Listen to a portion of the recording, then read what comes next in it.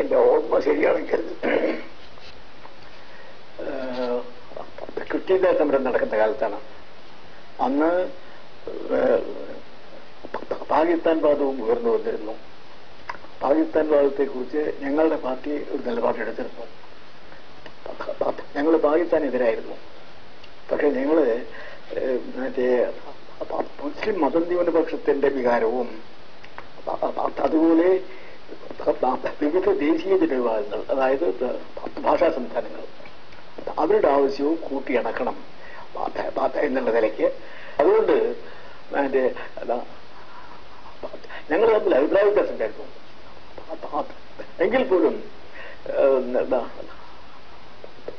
ലീഗിനെതിരെ കോൺഗ്രസ് ഉന്നയിച്ചിരുന്ന ആശയങ്ങളെ ഞങ്ങൾ എതിർത്തിരുന്നു.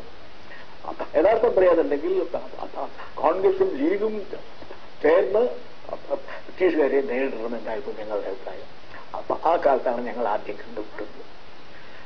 പിന്നീട് ഞാൻ അടുത്ത് പരിചയിക്കുന്നത് 57 മന്ത്രിസഭയുടെ കാലത്താണ്.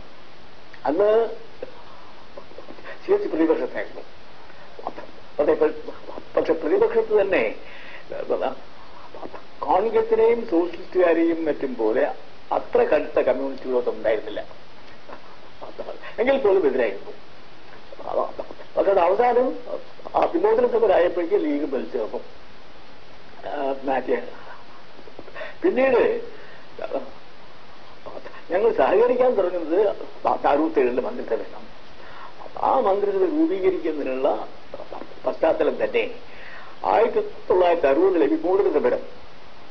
ആ വിമോചന സമരത്തെ തുടർന്ന് 1960 തെരഞ്ഞെടുപ്പ് വന്നപ്പോൾ കോൺഗ്രസും ലീഗും PSP കൂടി ചേർന്നുകൊണ്ടുള്ള ഒരു കൂട്ടുമുന്നണിയായിരുന്നു. എങ്കിലും ആ തെരഞ്ഞെടുപ്പ് കഴിഞ്ഞപ്പോൾ മന്ത്രിസഭ രൂപീകരിക്കേണ്ട സമയം വന്നപ്പോൾ ലീഗിനെ പുറത്തു നിർത്തി. അതിന്റെ കാര്യത്തിൽ ലീഗിൽ അസംതൃപ്തി ഉണ്ടായിരുന്നു. തെരഞ്ഞെടുപ്പ് കാലത്ത് ഞങ്ങളുടെ സഹായം നേടാം, ഒരു തെരഞ്ഞെടുപ്പ് കഴിഞ്ഞാൽ ഞങ്ങളെ കൂട്ടില്ല എന്നുള്ള ആ വികാരം ഉണ്ടായിരുന്നുണ്ട്. ആ വികാരം പൊന്തിയിട്ടാണ് 1967 തെരഞ്ഞെടുപ്പായപ്പോഴേക്ക് അത് ഞങ്ങളുമായി സഹകരിക്കാൻ എന്നുള്ള നിലപാടെടുത്തു. ആ നിലപാടെടുത്ത സമയത്ത് ആദ്യം കോൺഗ്രസുമായിട്ട് സഹകരിച്ചപ്പോൾ കോൺഗ്രസിനെ ലീഗിനെ മന്ത്രിസഭയിൽ കൂട്ടാതിരിക്കുക എന്നുള്ള സ്ഥിതി വന്നപ്പോൾ ഞങ്ങൾ കൂട്ടാം. പക്ഷെ ലീഗും ഞങ്ങളുമായിട്ടുള്ള അഭിപ്രായ വ്യത്യാസത്തെ ബാക്കി നിൽക്കുന്നുണ്ട്. വിശേഷിച്ച് പാകിസ്ഥാന്റെ കാലത്തെ വൈദ്യുണ്ട് സ്വാതന്ത്ര്യലബ്ധിക്ക് ശേഷവും ലീഗ് ഒരു പ്രത്യേക മതരാഷ്ട്രീയ പാർട്ടിയായിട്ട് നിൽക്കുന്നത് ശരിയല്ല എന്നായിരുന്നു ഞങ്ങളുടെ അഭിപ്രായം. എങ്കിലും അതൊരു യാഥാർത്ഥ്യമാണ്. ആ യാഥാർത്ഥ്യം എന്നുള്ള നിലയ്ക്ക് വിശേഷിച്ചും കോൺഗ്രസിനെ അധികാരസ്ഥാനത്ത് നിന്ന് ഇറക്കണം എന്നുള്ള ഉദ്ദേശം വെച്ചുകൊണ്ട് ഞങ്ങൾ ലീഗുമായിട്ട് സഖ്യമുണ്ടാക്കി. അപ്പൊ ആദ്യമായിട്ടാണ് ലീഗിന്റെ മന്ത്രിമാര് സെക്രട്ടേറിയറ്റിൽ വരുന്നത്.